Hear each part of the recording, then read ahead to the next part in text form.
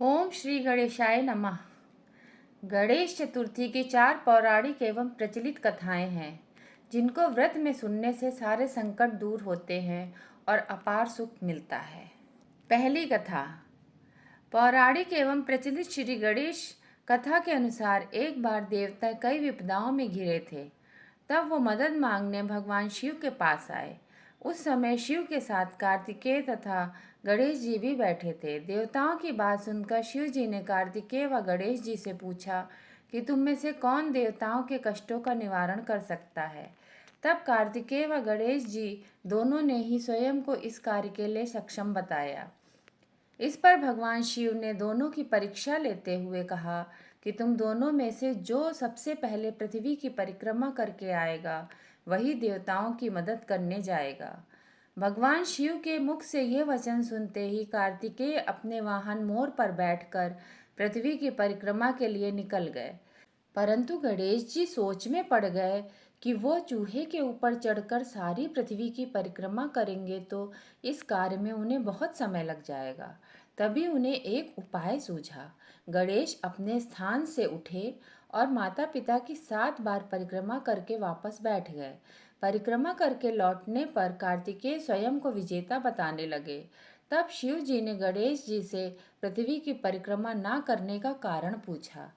तब गणेश जी ने कहा, माता पिता के चरणों में ही समस्त लोक हैं। ये सुनकर भगवान शिव ने गणेश जी को देवताओं के संकट दूर करने की आज्ञा दी। इस प्रकार भगवान शिव ने गणेश जी को आशीर्वाद दिया कि चतुर्थी के दिन जो तुम्हारा पूजन करेगा और रात्रि में चंद्रमा को अर्घ्य देगा उसके तीनों ताप यानी दैविक ताप और भौतिक ताप दूर होंगे। इस व्रत को करने से व्रतधारी के सभी तरह के दुख दूर होंगे और उसे जीवन के भौतिक सुखों की प्राप्ति होगी। चारों तरफ से मनुष्य की सुख समृद्धि बढ़ेगी। पुत्र पौत्रादि धन ऐश्वर्य की कमी नहीं रहेगी। गणेश चतुर्थी व्रत की दूसरी कथा। एक समय की बात है, राजा हरिश्चंद्र के राज्य में एक कुम्हार था। वो मिट्टी के बर्तन बनाता लेकिन वे कच्चे रह जाते थे। एक पुजारी की सलाह पर उसने इस समस्या को दूर करने के लिए एक छोटे बालक को मिट्टी के बर्तनों के साथ आवा में डाल दिया। उस दिन संकष्टी चतुर्थी का दिन था। उस बच्चे की माँ अपने बेटे के लिए परेशान थी। उसने गणेश जी से बेटे की कुशलता की प्रार्थना की। दूसरे दिन जब कुम्हार ने सुबह उठकर देखा तो आवा में उसके बर्तन तो पक गए थे लेकिन बच्चे का बाल बांका भी नहीं हुआ था। वो डर गया और राजा के दरबार में जाकर सारी घटना बताई। इसके बाद राजा ने उस बच्चे और उसकी माँ को बुलवाया तो माँ ने सभी तरह के विघ्न को दूर करने वाली संकष्टी चतुर्थी का वर्णन किया। इस घटना के बाद से महिलाएं संतान और परिवार के सौभाग्य के लिए संकट चौथ का व्रत करने लगीं। तीसरी कथा। एक समय की बात है कि विष्णु भगवान का विवाह लक्ष्मी जी के साथ निश्चित हो गया। विवाह की तैयारी होने लगी। सभी देवताओं को निमंत्रण भेजे गए परंतु गणेश जी को निमंत्रण नहीं गया। कारण जो भी रहा हो, अब भगवान विष्णु की बारात जाने का समय आ गया।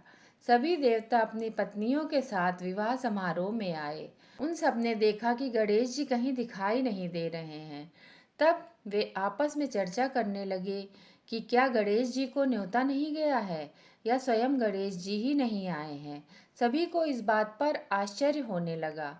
तभी सबने विचार किया कि विष्णु भगवान से ही इसका कारण पूछा जाए। विष्णु भगवान से पूछने पर उन्होंने कहा कि हमने गणेश जी के पिता भोलेनाथ महादेव को न्योता भेजा है।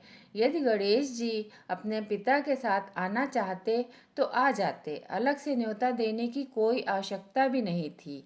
दूसरी बात यह है कि उनको 1.25 मन मूंग, 1.25 मन चावल, 1.25 मन घी और 1.25 मन लड्डू का भोजन दिन भर में चाहिए। यदि गणेश जी नहीं आएंगे तो कोई बात नहीं, दूसरे के घर जाकर इतना सारा खाना पीना अच्छा भी नहीं लगता। इतनी वार्ता कर ही रहे थे कि किसी ने एक सुझाव दिया। यदि गणेश जी भी आ जाएं तो उनको द्वारपाल बनाकर बैठा देंगे कि आप घर की याद रखना, आप तो चूहे पर बैठकर धीरे धीरे चलोगे तो बारात से बहुत पीछे रह जाओगे। ये सुझाव भी सबको पसंद आ गया, तो विष्णु भगवान ने भी अपनी सहमति दे दी। होना क्या था कि इतने में गणेश जी वहां आ पहुंचे और उन्हें समझा बुझाकर घर की रखवाली के लिए बैठा दिया। बारात चल दी। तब नारद जी ने देखा कि गणेश जी तो दरवाजे पर ही बैठे हुए हैं, तो वे गणेश जी के पास गए और रुकने का कारण पूछा। गणेश जी कहने लगे कि विष्णु भगवान ने मेरा बहुत अपमान किया है। नारद जी ने कहा कि आप अपनी मूषक सेना को आगे भेज दें, तो वो रास्ता खोद देगी, जिससे उनके वाहन धरती में धंस जाएंगे। तब आपको सम्मान पूर्वक बुलाना पड़ेगा। अब तो गणेश जी ने अपनी मूषक सेना जल्दी से आगे भेज दी और सेना ने जमीन पोली कर दी। जब बारात वहां से निकली तो रथों के पहिए धरती में धंस गए। लाख कोशिश करे परंतु पहिए नहीं निकले। सभी ने अपने अपने उपाय किए, परंतु पहिए तो नहीं निकले, बल्कि जगह जगह से टूट गए। किसी की समझ में नहीं आ रहा था कि अब क्या किया जाए। तब तो नारद जी ने कहा, आप लोगों ने गणेश जी का अपमान करके अच्छा नहीं किया है। यदि उन्हें मना कर लाया जाए तो आपका कार्य सिद्ध हो सकता है और ये संकट टल सकता है। शंकर भगवान ने अपने दूत नंदी को भेजा और वे गणेश जी को लेकर आए। गणेश जी का आदर सम्मान के साथ पूजन किया। तब कहीं रथ के पहिए निकले। अब रथ के पहिए निकल तो गए, परंतु वे टूट फूट गए थे, तो उन्हें सुधारे कौन। पास के खेत में खाती काम कर रहा था, उसे बुलाया गया। खाती अपना कार्य करने के पहले श्री गणेशाय नमः कहकर गणेश जी की वंदना मन ही मन करने लगा। देखते ही देखते खाती ने सभी पहियों को ठीक कर दिया।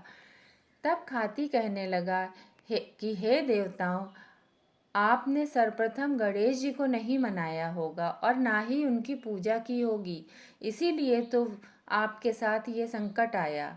हम तो मूर्ख अज्ञानी हैं, फिर भी पहले गणेश जी को पूजते हैं, उनका ध्यान करते हैं। आप लोग तो देवतागण हैं, फिर भी आप गणेश जी को कैसे भूल गए। अब आप लोग भगवान श्री गणेश जी की जय बोलकर जाएं, तो आपके सब काम बन जाएंगे और कोई संकट भी नहीं आएगा। ऐसा कहते हुए बारात वहां से चल दी और विष्णु भगवान का लक्ष्मी जी के साथ विवाह संपन्न करा के सभी सकुशल घर लौट आए।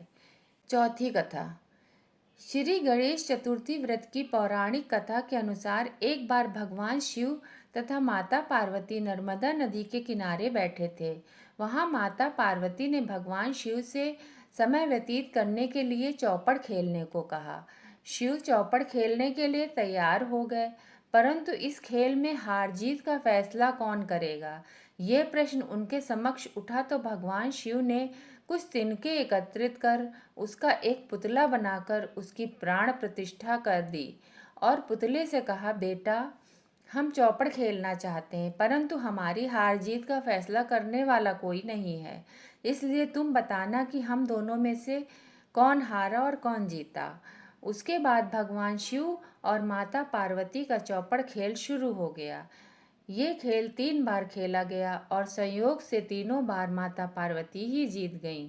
खेल समाप्त होने के बाद बालक से हार जीत का फैसला करने के लिए कहा गया, तो उस बालक ने महादेव को विजयी बताया। यह सुनकर माता पार्वती क्रोधित हो गईं और क्रोध में उन्होंने बालक को लंगड़ा होने, कीचड़ में पड़े रहने का श्राप दे दिया। बालक ने माता पार्वती से माफ़ी मांगी और कहा कि ये मुझसे अज्ञानतावश ऐसा हुआ है, मैंने किसी द्वेष भाव में ऐसा नहीं किया। बालक द्वारा क्षमा मांगने पर माता ने कहा, यहाँ गणेश पूजन के लिए नाग कन्याएं आएंगी, उनके कहे अनुसार तुम गणेश व्रत करो, ऐसा करने से तुम मुझे प्राप्त करोगे। ये कहकर माता पार्वती शिव के साथ कैलाश पर्वत पर चली गईं। 1 वर्ष के बाद उस स्थान पर नाग कन्याएं आईं। तब नाग कन्याओं से श्री गणेश के व्रत की विधि मालूम करने पर उस बालक ने 21 दिन लगातार गणेश जी का व्रत किया। उसकी श्रद्धा से गणेश जी प्रसन्न हुए। उन्होंने बालक को मनोवांछित फल मांगने के लिए कहा। उस पर उस बालक ने कहा, हे विनायक, मुझ में इतनी दीजिए कि मैं अपने पैरों से चलकर अपने माता पिता के साथ कैलाश पर्वत पर पहुंच सकूं और वे ये देख प्रसन्न हों। तब बालक को वरदान देकर श्री गणेश अंतर्ध्यान हो गए। इसके बाद वह बालक कैलाश पर्वत पर पहुंच गया और कैलाश पर्वत पर पहुंचने की अपनी कथा उसने भगवान शिव को सुनाई। चौपड़ वाले दिन से माता पार्वती शिव जी से विमुख हो गई थीं, अतः देवी के रुष्ट होने पर भगवान शिव ने भी बालक के बताए अनुसार 21 दिन तक श्री गणेश का व्रत किया। इस व्रत के प्रभाव से माता पार्वती के मन से भगवान शिव के लिए जो नाराजगी थी वो समाप्त हो गई। तब ये व्रत विधि भगवान शंकर ने माता पार्वती को बताई। ये सुनकर माता पार्वती के मन में भी अपने पुत्र कार्तिकेय से मिलने की इच्छा जागृत हुई। तब माता पार्वती ने भी 21 दिन तक श्री गणेश का व्रत किया तथा दूर्वा, फूल और लड्डुओं से गणेश जी का पूजन अर्चन किया। व्रत के 21वें दिन कार्तिकेय स्वयं माता पार्वती से आ मिले। उस दिन से श्री गणेश चतुर्थी का ये व्रत समस्त मनोकामनाओं की पूर्ति करने वाला व्रत माना जाता है। इस व्रत को करने से मनुष्य के सारे कष्ट दूर होकर मनुष्य को समस्त सुख सुविधाएं प्राप्त होती हैं। बोलो गणपति महाराज की।